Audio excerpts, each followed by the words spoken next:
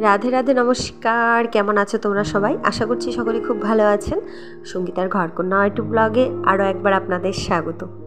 এই কয়েকদিন ধরে তো ব্লগ দিইনি, তো আজকে তোমাদের সাথে আবার একটা নতুন ব্লগ শেয়ার করছি। এই কয়েকদিন ধরে প্রচণ্ড বৃষ্টি হচ্ছে, সেই কারণে ব্লগ করতে একদমই ইচ্ছেই করছিল না। তো যাই হোক, আজকের থেকে শুরু করে দিলাম ব্লগ করা। তো তোমরা দেখতে থাকো, তোমাদের অবশ্যই ভালো লাগবে। আর আজকে হাটের দিন, এই যে বৃষ্টির মধ্যে আপনাদের দাদাভাই ভিজে ভিজে ভ্যানটা গুছাচ্ছে, আর এদিকে আমাদের রান্না বাড়ি প্রায় কমপ্লিট, আর কিছুটা বাকি আছে। তো সেটা তোমাদের সাথে শেয়ার করা আজকে হবে না, কারণ রান্না প্রায় শেষের মুখে।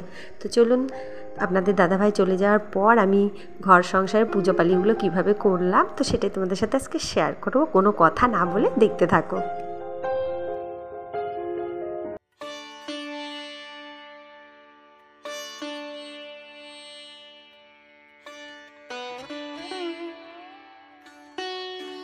এই বৃষ্টির মধ্যেই ফুলগুলো তুলতে বেরিয়ে পড়লাম, কারণ ফুলগুলোতে জল পড়ে না, ফুলের পাপড়িগুলো কীরকম হয়ে যাচ্ছে। তো ভাবলাম ওরাও কষ্ট কেন পাবে, আর ওরা তো ভগবানের চরণ পাওয়ার জন্যই ফুটেছে। তো ভাবলাম অত কষ্ট আর করতে হবে না, তো চলো তোমাদেরকে আজকে আমি ঠাকুরের চরণেই দিয়ে দিচ্ছি। তোমরাও ভগবানের চরণ পেয়ে ধন্য ধন্য হও, আমিও পুজোটা দিয়ে একটু ধন্য হই। তো চলুন, আর এই যে এখানে দুটো সাদা ফুল ফুটেছে, তো এগুলোও তুলে নিলাম। আর কদিন ধরে তো আমি পুজো দিচ্ছিলাম না, পুজো দিয়েছে আপনাদের দাদাভাই আর আমার ছেলে।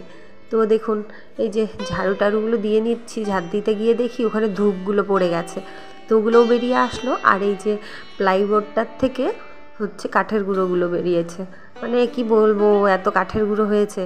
তো চলুন, এগুলো পরিষ্কার টরিষ্কার করে নিয়ে পুজো টুজো দিই। আর এই যে মোছা গোছাগুলো করে নিচ্ছি। আর ছেলে মানুষ, ওরা তো আর অতটা মোছা গোছা করতে পারে না, ওরা যেইভাবে পরিষ্কার যেমনটা করেছে ভগবান তেমনভাবেই হয়তো নিয়েছে। তো এই যে আমি এখন এগুলো পরিষ্কার টরিষ্কার করে নিচ্ছি।